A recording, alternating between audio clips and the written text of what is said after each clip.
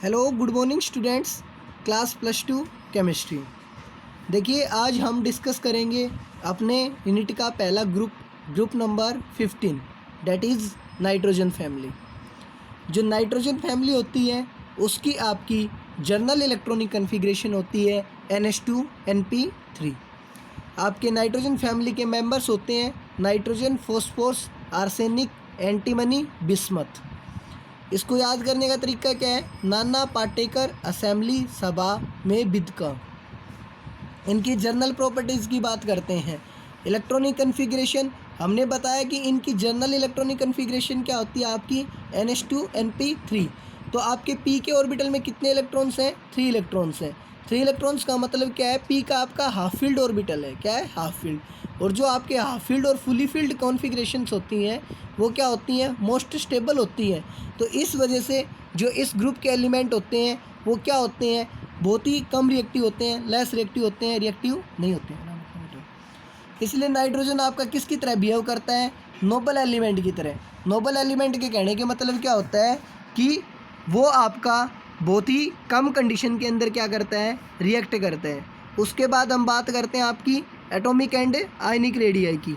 तो atomic and ionic radii के अंदर क्या होता है कि जो आपकी एटॉमिक रेडियस होती है वो डाउन द ग्रुप क्या करती है? इंक्रीज़ करती है। क्या करती है? डाउन द ग्रुप इंक्रीज़ करती है। ठीक है, लेकिन जब आप आर्सेनिक से बिस्मथ की तरफ चलते हो, आर्सेनिक से आप जब बिस्मथ की तरफ चलते हो तो क्या होता है कि ये इंक्रीज होना, साइज में जो इंक्रीज होना होता है ना वो स्मॉल इंक्रीज होता है।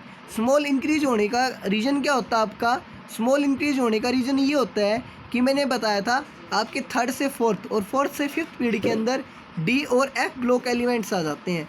तो उनकी वजह से क्या होता है कि जो शिल्डिंग होती है ना आपकी इलेक्ट्रॉन्स की वो इतनी अच्छी नहीं होती है, जिसकी वजह से न्यूक्लियस की अट्रैक्शन बढ़ जाती है आउटर मोस्ट सेल इलेक्ट्रॉन्स के ऊपर और साइज़ क्या हो जाता है आपका? डिक्रीज हो जाता है।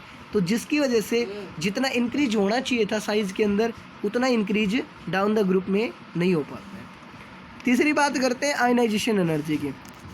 तो देखिए आयनाइजेशन एनर्जी आपको पता है कि जैसे साइज़ बढ़ेगा आयनाइजेशन घटेगी आपकी। तो डाउन द ग्रुप जाने के ऊपर आपकी आयनाइजेशन जनरली क्या करती है? डिक्रीज़ करती है। लेकिन जो आपका नाइट्रोजन एटम होता है ना, क्या होता है? नाइट्रोजन, उसकी सबसे ज़्यादा आयनाइजेशन एनर्जी होती है। इसकी सबसे ज़्यादा आयनाइजेशन एनर्जी होने का रीज़न क्या होता है कि इसका एक तो स्मॉल साइज़ होता है आपका। ठीक है, स्मॉल साइज़ होता है ना, इसके अंदर वैकेंट डी ऑर्बिटल्स होते हैं और इसकी शिल्डिंग भी बहुत अच्छी होती है। ठीक है, लेकिन जैसे आप डाउन वार्ड्स चलोगे, नीचे की तरफ चलोगे, तो आप क्या देखोगे कि जो आपका शिल्डिंग इफेक्ट होता है वो डिक्रीज होने लग जाता है। कहाँ से? आर्सेनिक से लेके बिस्मथ तक। तो जिसकी वजह से आपकी आयनाइजेशन एनर्जी क्या करती है? इंक्रीज करती है आर्सेनिक से लेके बिस्मथ तक। उसके बाद हम बात करते हैं इलेक्ट्रोनेगेटिविटी की। तो अगर इलेक्ट्रोनेगेटिविटी की बात की जाए, आपकी किसकी बात की जाए? इलेक्ट्रोनेगेटिविटी की। तो इलेक्ट्रोनेगेटिविटी आपको पता है जैसे साइज़ बढ़ता है आपके एटम की इलेक्ट्रोनेगेटिविटी डिक्रीज़ करती है, इसलिए डाउन द ग्रुप ये इंक्रीज़ करती है और नाइट्रोजन एटम की आपकी सबसे ज़्यादा होती है। उसके बाद आती है आपकी एलोट्रोपी। तो एलोट्रोपी का मतलब क्या होता है कि आपका एटम दूसरे एटम के साथ कंबाइन करके जो फॉर्म के अंदर, नई फॉर्म के अंदर एग्जिस्ट करता है, जिनकी केमिकल प्रॉपर्टीज सेम होती हैं लेकिन फिजिकल प्रॉपर्टीज़ क्या होती हैं? डिफरेंट होती हैं। उन्हें हम क्या कहते हैं? एलोट्रोप्स। और इस फिनोमिना को क्या कहते हैं? एलोट्रोपी कहते हैं। तो इस नाइट्रोजन फैमिली के अंदर आपके नाइट्रोजन को और बिस्मथ को छोड़कर जितने भी एलिमेंट्स होते हैं सारे क्या बनाते हैं? आपके एलोट्रोप्स की फॉर्मेशन करते हैं। जो फॉस्फोरस होता है आपका वो बनाता है आपका white, red, black, alpha, beta और वायलेट एलोट्रोप्स बनाता है। ठीक है, उसके बाद आता है एटोमिसिटी। एटोमिसिटी मतलब कि जो नाइट्रोजन होता है वो आपका डाई एटोमिक मॉलिक्यूल होता है। एटोमिसिटी मतलब किस फॉर्म के अंदर एग्जिस्ट होता है? जैसे नाइट्रोजन N2 फॉर्म के अंदर एग्जिस्ट होता है, सल्फर S8 की फॉर्म के अंदर एग्जिस्ट होता है, फॉस्फोरस P4 की फॉर्म में एग्जिस्ट होता है। तो इस प्रकार से नाइट्रोजन क्या होता है आपका? एटोमिसिटी मतलब एक तरह की कैटिनेशन हो गया। क्या हो गया? कैटिनेशन। मतलब कि कैटिनेशन क्या होता है आपका? Self linking property of an atom. मतलब खुद के साथ एटम कितने एटम के साथ अटैच है? खुद के एटम्स के साथ वो कितने एटम्स के साथ अटैच है? तो जो नाइट्रोजन होता है वो डायटोमिक फॉर्म के अंदर पाया जाता है, N2 फॉर्म के अंदर पाया जाता है, ठीक है। और जो आपका फॉस्फोरस होता है वो आपको मैंने बताया P फॉर्म के अंदर एग्जिस्ट करता है, ठीक है, टेट्राटोमिक फॉर्म के अंदर एग्जिस्ट करते हैं। P4 आर्सेनिक हो गया, एंटीमनी हो गया, ठीक है। उसके बाद बात करते हैं आपकी केमिकल प्रॉपर्टीज़ की। तो केमिकल प्रॉपर्टीज़ के अंदर आपकी पहली आती है ऑक्सीडेशन स्टेट। तो ऑक्सीडेशन स्टेट के अंदर आपको दिखाई दे रहा है कि आपका क्या होता है कि इनकी जर्नल इलेक्ट्रॉनिक कन्फिग्रेशन आपकी NH2 से NP3 तक होती है। तो मीन्स क्या हुआ कि इनके अंदर कितने इलेक्ट्रॉन्स होते हैं, वैलेंस 5। तो ये 5 वैलेंस इलेक्ट्रॉन्स को क्या कर सकते हैं, बाहर निकाल सकते हैं। पॉसिबिलिटीज़ इनके अंदर 3 हो गई कि ये या तो आपके P वाले इलेक्ट्रॉन्स को बाहर निकालते हैं तो ऑक्सीडेशन स्टेट कितनी आएगी, +3। अगर ये S वाले और P वाले दोनों को बाहर निकालते हैं तो ऑक्सीडेशन स्टेट आएगी आपकी +5। अगर ये इलेक्ट्रॉन्स को बाहर निकालने की बजाय क्या करते हैं कि 3 इलेक्ट्रॉन्स को गेन कर लेते हैं, क्या कर लेते हैं, गेन कर लेते हैं, तो इनकी ऑक्सीडेशन स्टेट क्या आएगी, -3 आएगी। लेकिन जो -3 ऑक्सीडेशन स्टेट शो करने की टेंडेंसी होती है आपकी, वो केवल और केवल आपके नाइट्रोजन और फॉस्फोरस एटम की होती है, क्योंकि उनका स्मॉल साइज होता है और हाई इलेक्ट्रोनेगेटिविटी होती है, ठीक है। उसके बाद में आपका आता है कि जो टेंडेंसी होती है आपकी -3 इलेक्ट्रॉनिक ऑक्सीडेशन स्टेट शो करने की, वो आपको पता है डाउन द ग्रुप क्या करेगी, आपकी डिक्रीज़ करेगी। क्या करेगी, वो आपकी डिक्रीज़ करेगी डाउन द ग्रुप, ठीक है। नाइट्रोजन -3 ऑक्सीडेशन स्टेट के अलावा +3 और +5 और भी बहुत सारी ऑक्सीडेशन स्टेट्स को शो करता है। एक क्वेश्चन आता है आपका कि PCl5 तो बनता है आपका, लेकिन NCl5 नहीं बनता है। ऐसा क्यों होता है?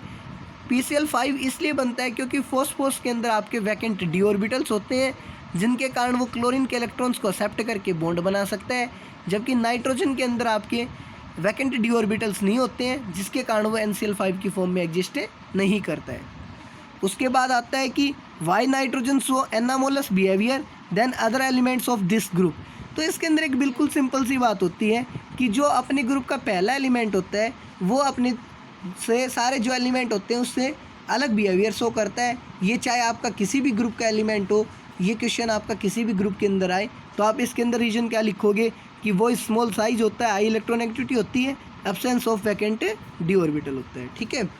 उसके बाद आता है आपका पहला कॉम्प्लेक्स डाइनाइट्रोजन कॉम्प्लेक्स आते हैं। डाइनाइट्रोजन कॉम्प्लेक्स के अंदर क्या करते हो आप कि इसको कमर्शियली मतलब व्यापारिक तौर के ऊपर इसको प्रोड्यूस किया जाता है आपका लिक्विफिकेशन और फ्रैक्शनल डिस्टिलेशन प्रोसेस के द्वारा। किसके द्वारा? लिक्विफिकेशन और फ्रैक्शनल डिस्टिलेशन प्रोसेस के द्वारा, ठीक है। जिसमें हम क्या करते हैं कि डिस्टिल आउट करते हैं पहले आपके नाइट्रोजन को, N2 को, लिक्विड नाइट्रोजन को, ठीक है, और ऑक्सीजन उसके अंदर से क्या निकाली जाती है, बाहर निकाली जाती है, ठीक है। लेबोरेटरी के अंदर नाइट्रोजन प्रिपेयर किया जाता है रिएक्शन करवा के, किसकी? एक्वस अमोनियम क्लोराइड की, किसके साथ में? सोडियम नाइट्राइट के साथ, NaNO3 के NaNO2 के साथ सोडियम नाइट्राइट, ठीक है। तो अमोनियम क्लोराइड NH4Cl की रिएक्शन करवाई आपने सोडियम नाइट्राइट के साथ, NaNO2 के साथ, तो आपका क्या बनेगा? N2 गैस बाहर हो जाएगी आपकी। N2 बनाना था ना आपको, डाइनाइट्रोजन, साथ में वाटर निकल जाएगा, साथ में आपका सोडियम क्लोराइड निकल जाएगा। आप नाइट्रोजन को प्रीपेड कर सकते हो थर्मल डिकम्पोजिशन करके भी, ठीक है। आप क्या लोगे? अमोनियम नाइट्रोजन डाइऑक्साइड ले लो, अमोनियम नाइट्रेट ले लो, इसका क्या करोगे? थर्मल डिकम्पोजिशन करोगे, मतलब आप इसको हीट करोगे तो आपका क्या बाहर निकल जाएगा? नाइट्रोजन बाहर निकल जाएगा, साथ में 2 वाटर के मॉलिक्यूल बाहर निकल जाएंगे, ठीक है। और जो वेरी प्योर नाइट्रोजन होता है उसको हम ऑब्टेंड करते हैं स्मॉल अमाउंट्स के अंदर by thermal decomposition of sodium और बेरियम एजाइड। एजाइड क्या होते हैं? जो N3 नेगेटिव आइन होता है ना, उसको ही हम क्या बोलते हैं? एजाइड्स बोलते हैं। क्या बोलते हैं उसको? एजाइड्स बोलते हैं। तो सोडियम आपने बेरियम एजाइड ले लिया, BaNa3 की ट्वाइस, जब इसका आप क्या करते हो? थर्मल डिकम्पोज करते हो, मतलब हीट देते हो, तो इसके अंदर किसके अंदर कन्वर्ट हो जाएगा? आपका प्योर नाइट्रोजन के अंदर। Thank you, have a nice day.